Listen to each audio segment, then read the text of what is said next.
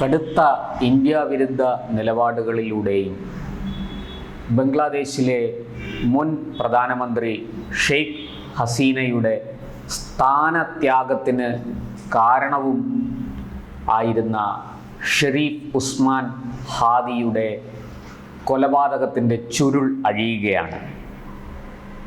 ഹാദിക്ക് വെടിയേറ്റത് മുതൽ ബംഗ്ലാദേശിലെ ഇടക്കാല സർക്കാർ, മുഹമ്മദ് യൂനസിൻ്റെ നേതൃത്വത്തിലുള്ള സർക്കാർ പറഞ്ഞു വന്നത് ഇതിൻ്റെ പുറകിൽ ഇന്ത്യയാണ് എന്നാണ്. ഇന്ത്യക്ക് പങ്കുണ്ടെന്നും ഇന്ത്യയാണ് ഹാദിയെ കൊലപ്പെടുത്താൻ മുൻകൈയെടുത്തതെന്നും കൊലയാളികൾ ഇന്ത്യയിലേക്ക് രക്ഷപ്പെട്ടു എന്നുമാണ് മുഹമ്മദ് യൂനസ് അടക്കമുള്ളവർ പറഞ്ഞുകൊണ്ടിരുന്നത്. എന്നാൽ ഇപ്പോൾ വിവരങ്ങൾ ഒന്നൊന്നായി പുറത്തു വരുന്നു. ബംഗ്ലാദേശിലെ ഒരു മുൻ കൗൺസിലറുടെ നേതൃത്വത്തിൽ നടന്ന ആസൂത്രണത്തിൻ്റെ ഫലമായാണ് ഹാദിക്ക് വെടിയേറ്റതും പിന്നാലെ സിംഗപ്പൂരിൽ ചികിത്സയിലിരിക്കെ ഹാദി മരിച്ചതെന്നും ഉള്ള വിവരങ്ങളാണ് പുറത്തു വരുന്നത്. ഏതാണ്ട് 9 പേർ കസ്റ്റഡിയിലുണ്ട് എങ്കിലും 20ഓളം പേർ ഈ ഗൂഢാലോചനയിലും വെടിവയ്പ്പിലും ഒക്കെയായി പങ്കെടുത്തു എന്നാണ് ഇപ്പോൾ ബംഗ്ലാദേശ് പോലീസും ബംഗ്ലാദേശിലെ സുരക്ഷാ ഏജൻസികളും പുറത്തുവിടുന്ന വിവരം. എന്തായാലും ഈ പറഞ്ഞതുപോലെ ഹാദി കടുത്ത ഇന്ത്യ വിരുദ്ധനും ഷെയ്ഖ് ഹസീനയെ അവിടെ നിന്ന് സ്ഥാനഭ്രഷ്ടയാക്കുന്നതിന് മുൻകൈ എടുക്കുകയും ചെയ്ത ഒരു നേതാവാണ്. ഇൻകുലാബ് മഞ്ച് എന്ന് പറയുന്ന ഒരു ഗ്രൂപ്പുണ്ട്. ഇത് ഇന്ത്യ വിരുദ്ധ പ്രവർത്തനങ്ങൾ നടത്തുന്ന, ഇന്ത്യ വിരുദ്ധ വികാരം ബംഗ്ലാദേശിൽ വളർത്തുന്ന ഒരു ഗ്രൂപ്പാണ് എന്ന് എല്ലാവർക്കും അറിയാം. 2026 ബംഗ്ലാദേശിൽ നടക്കാനിരിക്കുന്ന തെരഞ്ഞെടുപ്പിൽ സ്വതന്ത്ര സ്ഥാനാർത്ഥിയായി മത്സരിക്കാൻ ഒരുങ്ങിയിരിക്കുകയായിരുന്നു ഹാദി. ഈ ഷെരീഫ് ഉസ്മാൻ ഹാദി എപ്പോഴും രാഷ്ട്രീയത്തിൽ തൻ്റെ ഇന്ത്യ വിരുദ്ധത പ്രകടിപ്പിച്ചുകൊണ്ട് മുന്നോട്ട് പോയിരുന്ന ആളാണ്. ജമാഅത്തെ ഇസ്ലാമിയുടെ കടുത്ത ആരാധകനായിരുന്നു. അവരുടെ നേതൃത്വത്തിൽ നടക്കുന്ന ഇന്ത്യ വിരുദ്ധ പ്രവർത്തനങ്ങൾക്ക് ചുക്കാൻ പിടിച്ച ഒരാൾ കൂടിയായിരുന്നു ഹാദി. എന്തായാലും ഈ ഹാദിയെ ബൈക്കിലെത്തിയ 2 പേർ വെടിവെച്ചു. മുഖം മറച്ചിരുന്ന 2 പേർ വെടിവെച്ചു എന്നാണ് ലഭിക്കുന്ന വിവരം. ഹാദി കൊല്ലപ്പെട്ട് കഴിഞ്ഞ് അവിടെ വലിയ തോതിൽ കലാപം ആരംഭിച്ചു ബംഗ്ലാദേശിൽ. ആ കലാപം ഇന്ത്യ വിരുദ്ധ കലാപമായി മാറുന്ന കാഴ്ചയും നമ്മൾ കണ്ടു. ഇന്ത്യയുടെ നയതന്ത്ര കാര്യാലയങ്ങൾ ആക്രമിക്കാൻ ശ്രമം നടന്നു. ഇന്ത്യൻ നയതന്ത്ര കാര്യാലയങ്ങൾക്ക് നേരെ കല്ലേറുണ്ടായി. പക്ഷെ വളരെ പെട്ടെന്ന് അവിടെ സുരക്ഷാ സേന ഇറങ്ങുകയും അക്രമികളെ അടിച്ചോടിക്കുകയും ചെയ്തതുകൊണ്ട് മറ്റ് നാശനഷ്ടങ്ങളിലേക്ക് പോയില്ല. എന്നാൽ ബംഗ്ലാദേശിലെ പ്രധാനപ്പെട്ട 2 മാധ്യമ സ്ഥാപനങ്ങൾക്ക് കലാപകാരികൾ തീയിട്ടു. അത് ഈ പറയുന്നത് പോലെ ജൻസി കലാപം എന്നൊക്കെ പറയുന്നുണ്ടെങ്കിലും അത് വാസ്തവത്തിൽ ജമാഅത്തെ ഇസ്ലാമി ആസൂത്രണം ചെയ്ത കലാപമാണ്.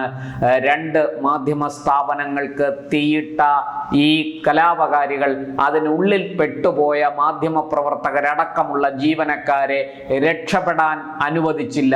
ഒടുവിൽ അവിടുത്തെ ഫയർഫോഴ്സും സൈന്യവും ഇറങ്ങിയാണ് 30ലധികം പേരെ രക്ഷപ്പെടുത്തിയത് എന്നുള്ള റിപ്പോർട്ടും പുറത്തു വരുന്നുണ്ട്. എന്തായാലും ഇതുമായി ബന്ധപ്പെട്ട് ഇപ്പോൾ പറഞ്ഞു കേൾക്കുന്നത് ഒരു പേരാണ്. ഫൈസൽ കരീം എന്നയാളാണ് ഈ ഹാദിയെ വെടിവെച്ചത് എന്നാണ് ഇപ്പോൾ പുറത്തു വരുന്ന വിവരം.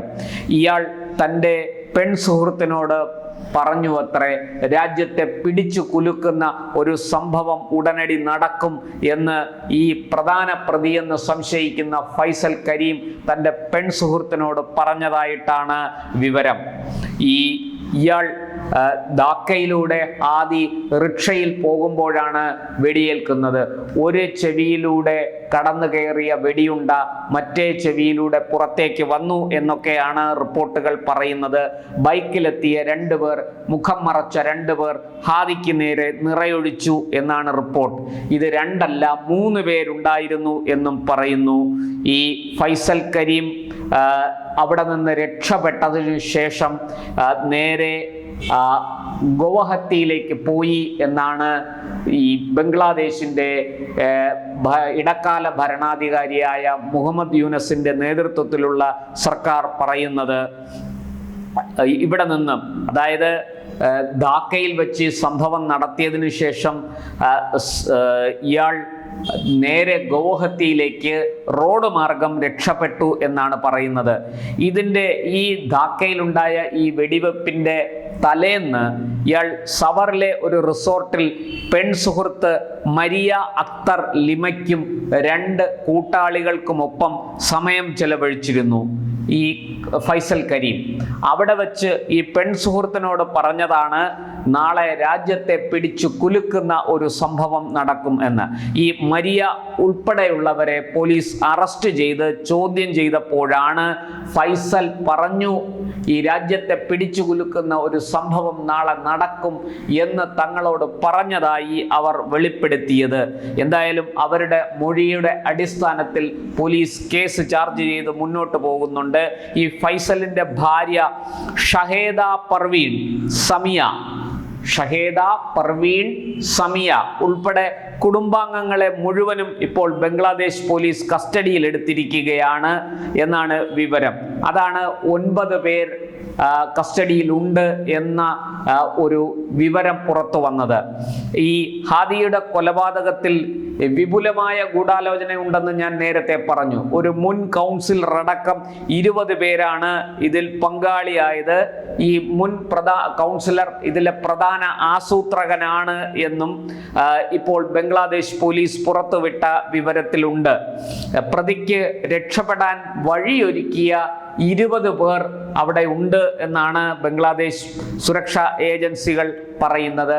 ഈ ബൈക്കിൽ വന്നപ്പോൾ ആ ബൈക്കിൽ ഉപയോഗിച്ചിരുന്നത് വ്യാജ നമ്പർ പ്ലേറ്റ് ആണ് എന്നും ഇപ്പോൾ സൈന്യം, സുരക്ഷാ ഏജൻസിയും പോലീസും വെളിപ്പെടുത്തുന്നു.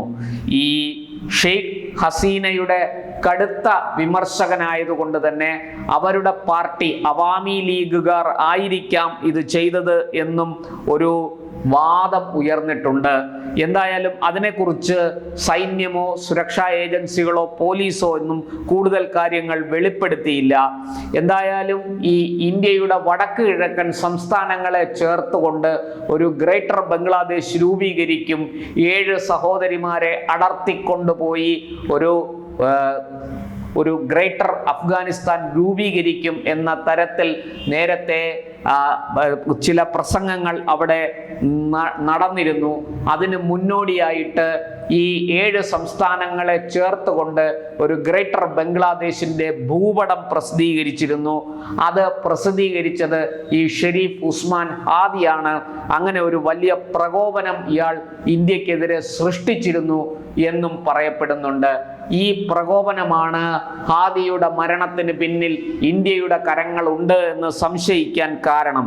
എന്നാൽ ഈ സംഭവം ഉണ്ടായപ്പോൾ തന്നെ ഇന്ത്യ പ്രതികരിക്കുകയും ഇത്തരത്തിൽ തെറ്റായ ഭൂപടങ്ങൾ പ്രസിദ്ധീകരിക്കുന്നതിൽ തങ്ങളുടെ ആശങ്ക അറിയിക്കുകയും അതിനെതിരെ ശക്തമായ പ്രതിഷേധം ഇന്ത്യ സർക്കാർ രേഖപ്പെടുത്തുകയും ഒക്കെ ചെയ്തിരുന്നു.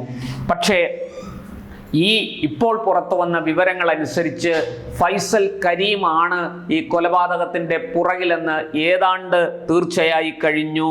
ഇയാൾ റിലയൻസിന്റെ ജിയോ സിം ഉപയോഗിക്കുന്നു എന്നാണ് ഇവർ പറയുന്നത്. ഇതൊക്കെയാണ് ഇന്ത്യയുമായിട്ട് ഈ കൊലപാതകത്തെ കണക്ട് ചെയ്യാൻ ബംഗ്ലാദേശ് സർക്കാർ ഉന്നയിക്കുന്ന തെളിവുകൾ. നോക്കൂ, എത്ര ദുർബലമായ വാദങ്ങളാണ് ബംഗ്ലാദേശ് സർക്കാർ, ഇടക്കാല സർക്കാർ പുറത്തുവിട്ടത് എന്ന് നോക്കണം. എന്തായാലും ഒരു കാര്യം വ്യക്തമാണ്, ഈ ഇന്ത്യക്ക് ഇക്കാര്യത്തിൽ യാതൊരു മനസ്സറിവുമില്ല എന്ന് നമ്മുടെ സർക്കാർ പുറത്തുവിട്ടത് ഏതാണ്ട് ശരിയായിരിക്കുന്നു. കാരണം ഫൈസൽ കരീമിന്റെ പുറകിൽ പ്രവർത്തിച്ചത് ഒരു മുൻ കൗൺസിലറാണ് എന്ന് കണ്ടെത്തിയിട്ടുണ്ട്.